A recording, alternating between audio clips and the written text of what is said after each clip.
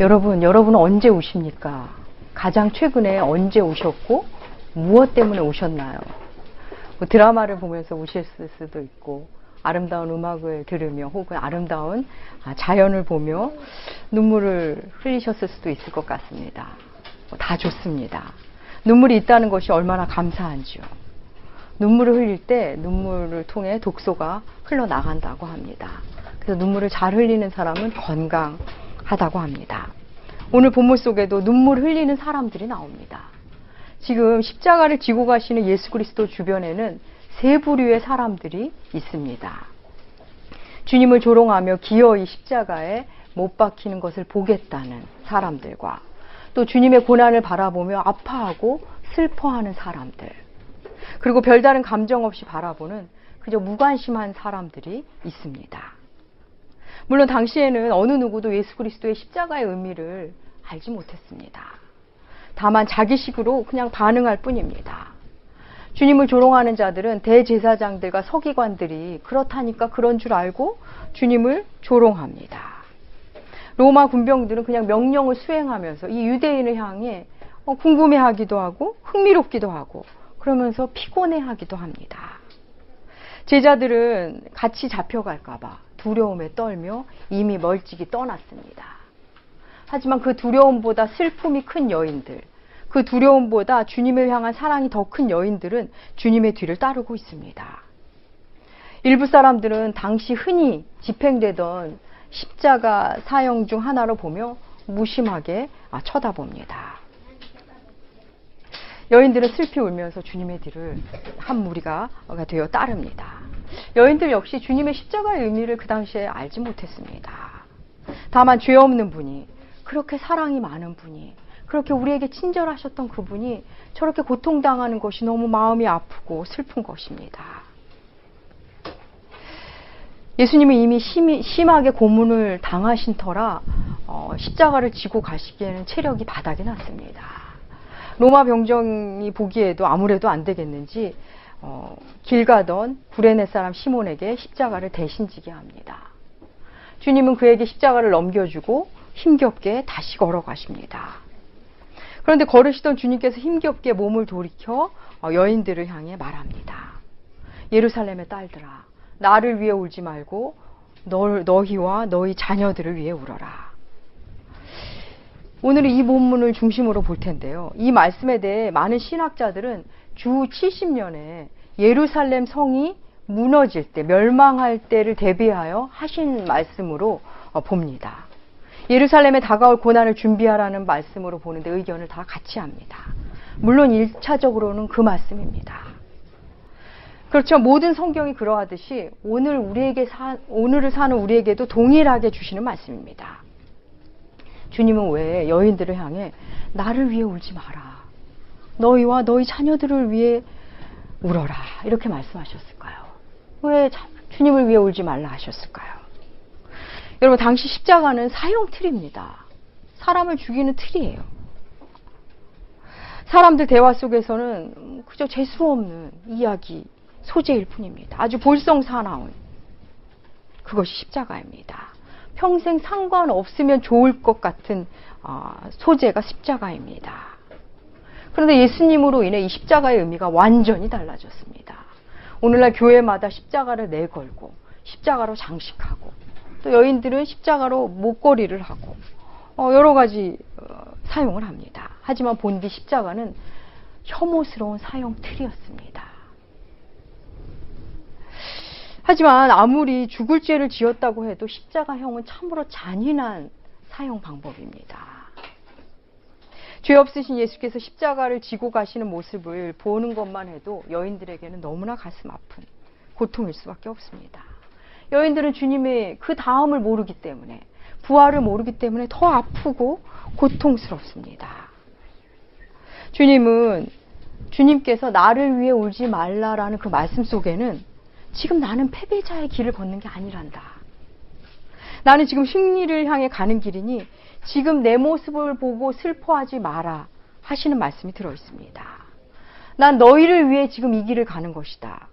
너희들이 영적으로 깨어있으면 이 길의 의미를 곧 알게 될 거야. 그때 너희는 너희 자신과 자녀들을 위해 기도해라. 그들을 위해 울라는 말씀입니다. 예수님의 관심은 죽음 앞에서조차도 자신이 아니라 우리에게 있습니다. 주님을 사랑하는 사람들에게 있으셨습니다. 여러분, 교회 안에서도 주님의 십자가를 바라보는 시선이 참 다양합니다. 여러 가지입니다. 시선이 다르기도 하고 신앙 여정 속에서 그 시선이 달라지기도 합니다. 처음부터 십자가에 감격하는 사람들이 또 있고 10년, 아니 20년을 믿어도 뭐 십자가 다 아는 사건이지 하면서 무덤덤하게 십자가를 만나는 사람도 있습니다. 아니 아직 십자가를 못 만난 거겠죠. 그냥 십자가를 보는 분들도 있습니다. 그런가 하면 늘 새로움으로 정말 복음은 날로 새롭구나 하면서 십자가를 볼 때마다 감격으로 정말 십자가를 만나는 사람들이 있습니다. 사복음서는 주께서 얼마나 고통당하셨는지에 생각보다 많은 분량을 할애하지 않았습니다. 그냥 담담히 기록합니다. 주께서 얼마나 고통스러워하셨는지, 피를 얼마나 많이 쏟으셨는지, 얼마나 많이 힘들어하셨는지, 몇 번을 쓰러지셨는지, 얼마나 숨가빠하셨는지 이런 얘기는 거의 없습니다. 이 부분에 대해 대부분의 학자들은 당시 독자들은 이미 십자가의 고통을 보아서 알고 있기 때문에 굳이 기록할 필요가 없었다 하기도 하고, 한편으로는 너무 감상적으로 십자가를 감정적으로 선에서 머무를까봐 그리했다고 보기도 합니다. 하나님은 우리 죄를 용서하시는 일에 예수의 십자가 외에 다른 방법을 쓰지 않으셨습니다. 그래서 죄의 문제에서 구원받고 싶은 사람은 모두 십자가 앞에 서는 때가 옵니다. 그 십자가를 감당하는 여정 속에서도 우리 주님은 십자가를 감당하는 그 본인의 여정 속에서도 우리를 위해 생각하셨고 우리의 미래를 염려하셨습니다. 그래서 우리가 만나게 될 고난, 그리고 우리 후손들이 만날 고난을 대비하길 원하셨습니다. 주님은 말씀하십니다. 너희와 너희 자녀, 너 자신과 너희의 미래를 위해 울라.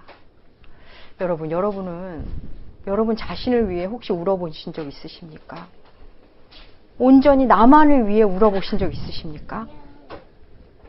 울었다면 무엇 때문에 그것이 시작됐습니까?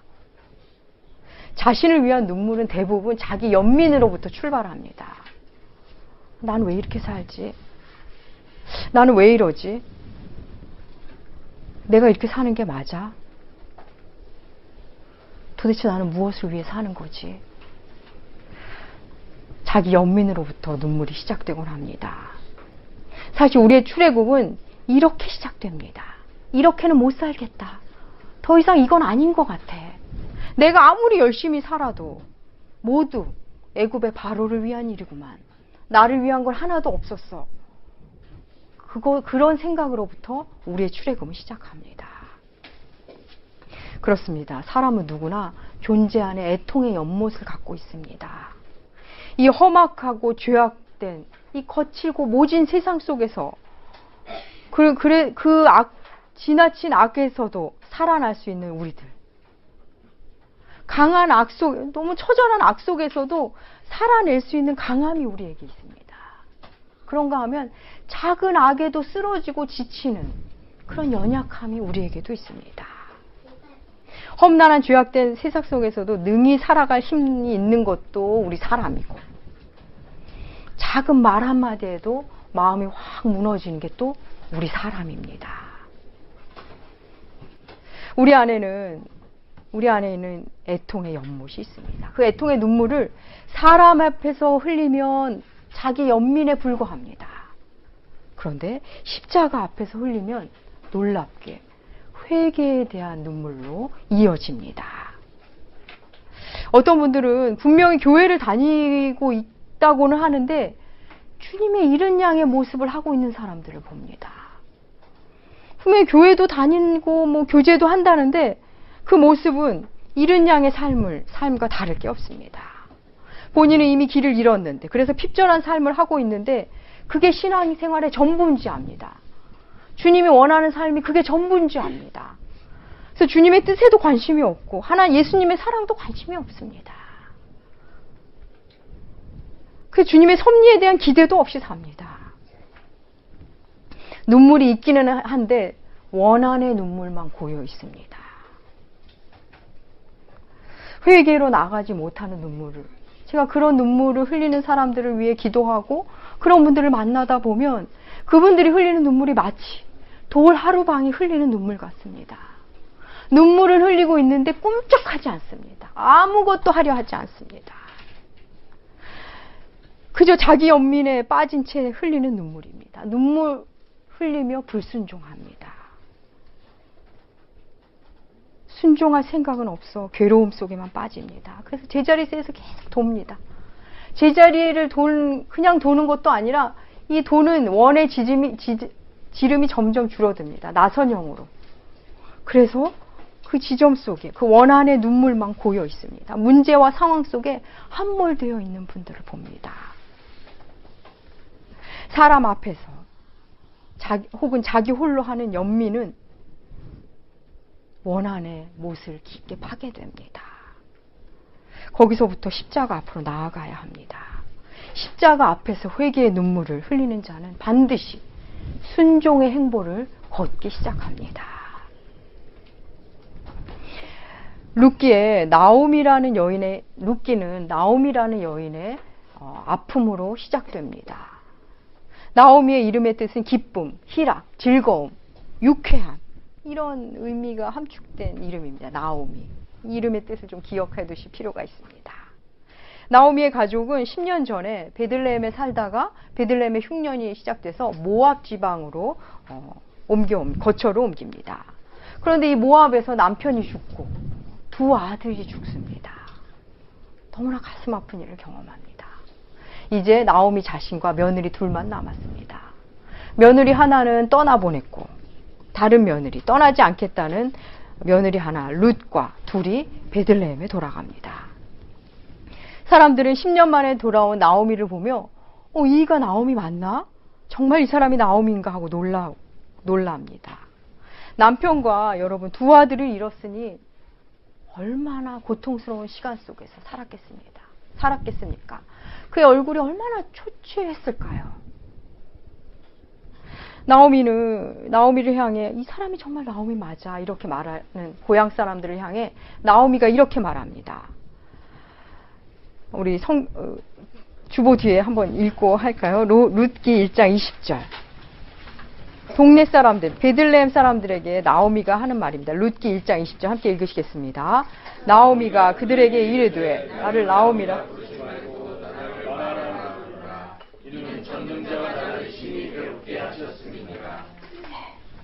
동네 사람들이 이 사람 나오미 맞아 할 때 나오미는 그렇게 말합니다. 나를 나오미라 부르지 마시게. 나를 마라라 불러주시게. 나오미의 이름의 뜻은 말씀드린 대로 기쁨, 희락, 즐거움이라는 이름입니다. 마라라는 이름의 뜻은 쓰라리다, 쓰다 라는 뜻입니다. 쓰다. 내 이름은 이제 기쁨이 아니라 쓰디씀입니다. 괴로움입니다. 이렇게 말합니다. 나오미는 지금 나를 쓰다 마라로 불러주시오 말하면서 자신을 위해 울고 있는 것입니다. 나는 마라입니다. 나는 볼 것도 자랑할 것도 없는 마라입니다. 잘하려고 했는데 나름 최선을 다했는데 나는 지금 마라입니다. 성실히 살아왔는데 나는 결국 마라더군요. 나는 최선을 다했는데 나는 마라입니다. 나오미는 자신의 인생을 돌아보며 자신을 위해 지금 울고 있는 것입니다. 비로소 자신을 위한 애통을 만납니다. 나의 마라됨을 부인하지 않고 포장하지 않고 그대로 내보이며 우는 것, 그게 바로 나를 위해 애통해야 하는 것입니다. 사랑하는 여러분, 우리는 모두 나오미로 태어납니다. 우리는 모두 기쁨의 존재로 이 땅에 나옵니다. 나오미로 태어나 나오미로만 살 줄 압니다. 아니, 나오미로만 살고 싶어 합니다. 그렇지만 그것은 그리 오래 가지 않습니다. 신앙생활도 교회에서 당신은 사랑받기 위해 태어난 사람입니다. 나오미 대접을 많이 받습니다. 하지만 신앙 여정에 기쁨만 있는 것이 아니라는 것을 우리는 곧 만나게 됩니다. 우리는 어느새 내 자신이 마라임을 발견합니다. 내가 바로 쓴 사람이구나. 내 안에 이런 괴로움의 연못이 있었구나를 발견합니다. 바로 내가 죄인임을 발견합니다. 내가 바로 쓴 사람, 쓰디 쓴 사람, 괴로움의 연못이 내 안에 있다는 것을 발견하고 우리를 위해, 자기 자신을 위해 울기 시작합니다. 회개하려고 해도 잘 되지 않고, 사랑을 하려고 해도 너무나 되지 않는 존재, 예수님이 아니면은 정말 쓸모없는 존재 같은 나를, 마라를 우리는 만나게 됩니다. 내 자신이 마라임을 눌뜰 때 우리의 심령은 상한 심령이 됩니다. 상한 심령이 됐을 때 우리는 너무나 고통스럽지만 상한 심령은 주님을 만나기에 가장 좋은 마음의 상태입니다. 우리 시편 51편 17절 우리 함께 읽으시겠습니다.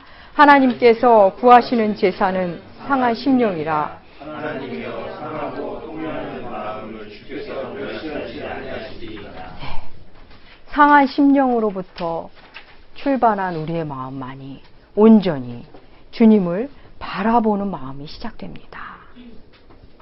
하나님은 언제나 애통하는 마음, 깨어진 마음, 부서진 마음, 텅 빈 마음에 찾아오십니다. 자신을 위해 울어본 사람이 타인을 위해 제대로 울기 시작합니다. 자신의 존재를 바라보며 눈물을 흘려본 사람만이 타인을 위해 기도할 수 있습니다. 나도 말하고 너도 말하였구나. 우리가 다 말하구나를 알게 되는 것입니다. 눈물의 선지자 예레미야는 말씀을 받을 때부터 눈물로 반응한 사람이었습니다. 눈물의 선지자 예레미야의 말을 우리 함께 읽어보겠습니다. 예레미야 애가 3장 48절에서 50절 우리 함께 읽으시겠습니다. 내 백성이 나의 눈에서 눈물이 냇물처럼 흐릅니다. 눈물이 걷잡을 수 없이 쉬지 않고 쏟아집니다. 주님께서 하늘에서 달시고 돌아보시기를 기다립니다. 예레미야는 사랑하는 주님의 백성들을 위해 눈물이 마를 날이 없었습니다. 눈물이 냇물처럼 흘렀다고 말합니다. 자신을 위해 애통해한 사람, 다른 사람들을 위해 애통하고 그렇게 시작된 기도는 하나님께 연락되기 시작합니다. 기도의 사람이 됩니다. 하나님은 기도의 사람을 반드시 만지십니다. 여러분, 달라는 기도를 계속 한번 해보셔 봤습니까? 달라는 기도를 계속하는 사람은 나중에 드리겠다는 기도로 바뀐다는 거 아십니까? 어찌됐든 기도의 줄만 놓지 않으면 내가 달라는 기도로 시작했는데 어느새 드리겠다는 기도로 바뀌는 나를 발견합니다. 갖고 싶다고 기도했는데 어느 틈엔가 내려놓겠다고 기도하는 나를 발견합니다. 나 자신과 이웃을 위해 우는 사람들, 그들을 기도의 사람으로 하나님이 만들어 가시는 모습입니다. 주님이 나를 위해 울지 말고 너희와 너희 자녀를 위해 울라. 이 말씀은 여러분 누구에게 하신 말씀이죠? 주님을 위해 우는 자들에게 하신 말씀입니다. 주님을 위해 울어본 자가 이 말씀이 들리기 시작합니다. 주님을 위해 우는 자가 이 의미를 마음으로 만납니다. 주님을 향해 울어본 자가 자신을 위해 울기 시작하고 타인을 위해 울기 시작합니다. 세상을 향해 애통합니다. 이 죄악된 세상 속에서 이 땅의 삶이 전부인 양, 하나님 없이도 구원을 받을 수 있는 양 사는 사람들, 무모하게 사는 사람들, 그들을 보면 마음이 아픕니다. 세상이 말하는 부요함을 끌어안고 썩어가는 사람들, 또 한편으로는 가난함에 찌들어서 시들어가는 사람들, 교회 아니고 박히고 영적으로 피를 철철 흘리며 사는 사람들, 영적 무지와 나털 속에서 그냥 그게 행복인 양 사는 사람들, 그들을 바라보면 눈물이 납니다. 여러분, 우리 삶에 후회가 없다면 좋겠지만 우리는 많은 후회를 반복하며 삽니다. 지금은 고인이 된 신해철 씨의 노래 중에 우리 앞에 생이 끝나갈 때라는 노래가 있습니다. 그 노래 가사에 이런 게 있더라고. 스스로 질문하는 내용입니다. 제가 중반을 한번 제가 읽어보겠습니다. 뒤에 좀 한번 반복해서 중반 이후를 제가 읽어보겠습니다. 흐르는 시간 속에서 질문은 지워지지 않네. 우린 그 무엇을 찾아 이 세상에 왔을까? 그 대답을 찾기 위해 우리는 홀로 걸어가네. 세월이 흘러가고 우리 앞에 생이 끝나갈 때 누군가 그대에게 작은 목소리로 물어보면 대답할 수 있나? 지나간 세월의 후회는 없노라고. 그대여, 흐르는 시간 속에 질문은 지워지지 않네. 우린 그 무엇을 찾아 이 땅에 왔을까? 이 세상에 왔을까? 그 대답을 찾기 위해 우리는 홀로 걸어가네. 세월이 흘러가고 우리 앞에 생이 끝나갈 때 누군가 그대에게 작은 목소리로 물어보면 대답할 수 있나? 지나간 세월의 후회는 없노라고. 사랑하는 여러분, 우리 생이 끝나는 날, 우리는 과연 후회가 없을까요? 우리 생의 마지막에 후회가 없으려면, 후회가 좀 적으려면 하루 빨리 깊이 후회해야 합니다. 어서 후회하고 어서 회개해야 합니다. 우리끼리 모여서 얘기를 나누면 후회에 머물지만 그 얘기를 십자가 앞에 나와서 하면 회개가 됩니다. 후회의 눈물이 하나님 앞으로 가면 회개의 눈물로 바뀝니다. 그러고 나면 우리는 이제 진짜 나오미가 됩니다.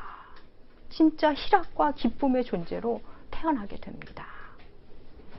사랑하는 여러분, 우리 주님은 십자가를 지고 가시는 길에도 우리를 생각하셨습니다. 우리가 믿지 않는 자들과 별다를 것 없이 사는 그런 삶, 믿지 않는 자들과 별다를 것 없는 기도 제목, 별다를 것 없는 소망, 별다를 것 없는 욕망에 젖어 살라고 십자가를 지신 것이 아닙니다. 그저 원한에 사무친 눈물로 삶을 낭비하라고, 그냥 무기력하게 살라고 십자가를 지신 것이 아닙니다. 주님은 너의 존재를 보라. 너의 말아됨을 발견해라. 그리고 그 존재를 아파하고 사랑하는 사람들, 네 인생 속에 들어오는 너들을 보고 아파하라 말씀하십니다. 사랑하는 여러분, 자신을 바라보며 아파본 사람은 이제 주님을 노래하기 시작합니다. 주님의 십자가를 찬양합니다. 십자가를 바라보며 흘리는 눈물은 이제 주님의 고난이 아파서 흘리는 눈물을 넘어 나의 죄가 큼을 알기에 흘리는 눈물. 십자가가 아니었다면 내가 구원받을 수 없었기에 감사와 찬양으로 흘리는 눈물로 바뀌게 됩니다. 기쁨과 감사의 눈물이 나오게 됩니다. 나를 위해 울지 말고 너희와 너희 자녀를 위해 울라. 사랑하는 나무교회 교우 여러분, 우리가 우리 자신을 위해 애통하기 시작할 때 우리보다 먼저 나를 위해 울고 계시는 주님을 만나게 됩니다. 주님은 우리가 홀로 울게 내버려 두시지 않습니다. 늘 함께 울고 먼저 울고 계십니다. 십자가 앞에서 눈물로 여러분의 존재를 만나시기 바랍니다. 그 앞에서 나의 존재가 말아됨을 눈뜨시길 축복합니다. 그리고 이웃을 위해, 다음 세대를 위해, 세상을 위해 애통하심으로 진정한 나오미, 희락과 기쁨의 사람이 되시길 축복합니다. 오늘은 4월 첫째 주 성찬식이 있는 주일입니다. 주신 말씀으로 조용히 침묵 기도하시며 성찬을 준비하겠습니다.